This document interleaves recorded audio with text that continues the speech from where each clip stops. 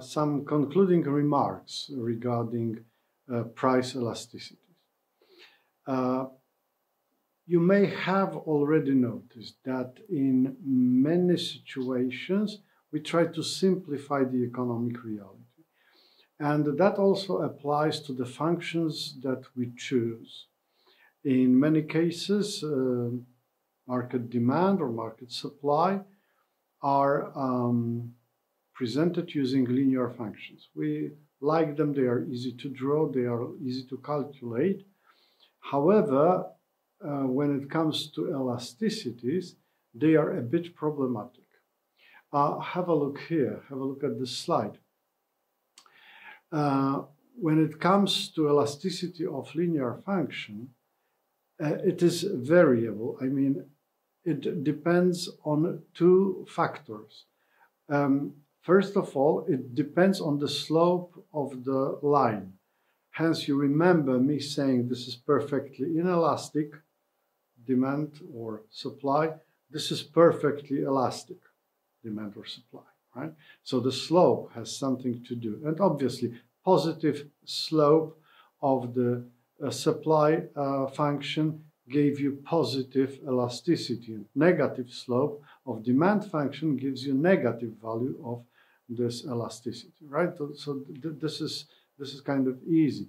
But the problem is that actually elasticity of linear function also depends on the question how high or how low on this function you are, on this line you are, right?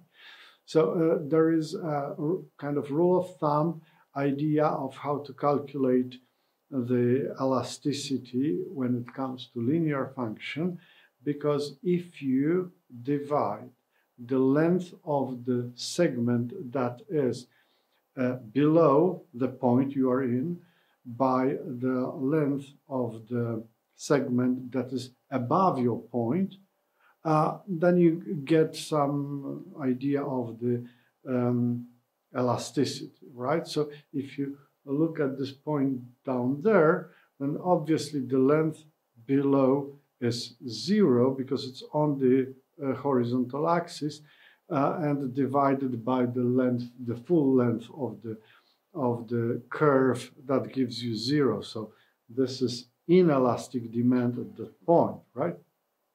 When you look at the other point, this one up, then obviously you divide the whole length by something that is very close to 0 or actually is 0, which leads you to infinity, right? And the middle point here, right, that's just in the middle of this line, and you can see that the segment above and the segment below is equal to each other. Hence, this is unit elastic demand at that point. So as you can see, linear functions are not very good for elasticity purposes, right?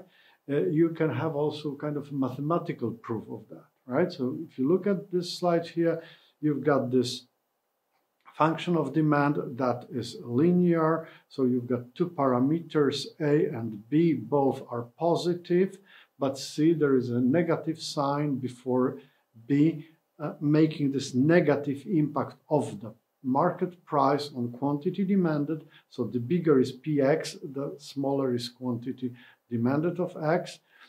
And elasticity, here you've got some calculations, right? So this is the first derivative of this function. Luckily, we've got a function here, so we calculate the first derivative. We multiply by price and we divide by quantity.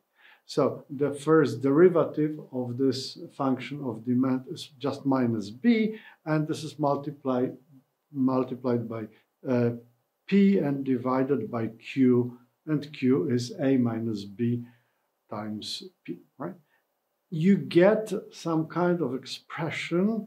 You cannot write it in a simpler way, and this expression clearly tells you that the value of price elasticity of demand depends on P. How big is P? Whether you are low or you are high on this demand curve, right? So here it is. Elasticity of linear function is problematic. So what can we use instead of that? There is some idea. I'm going to share it with you during our next lecture dedicated to some other elasticities. Thank you very much for your attention.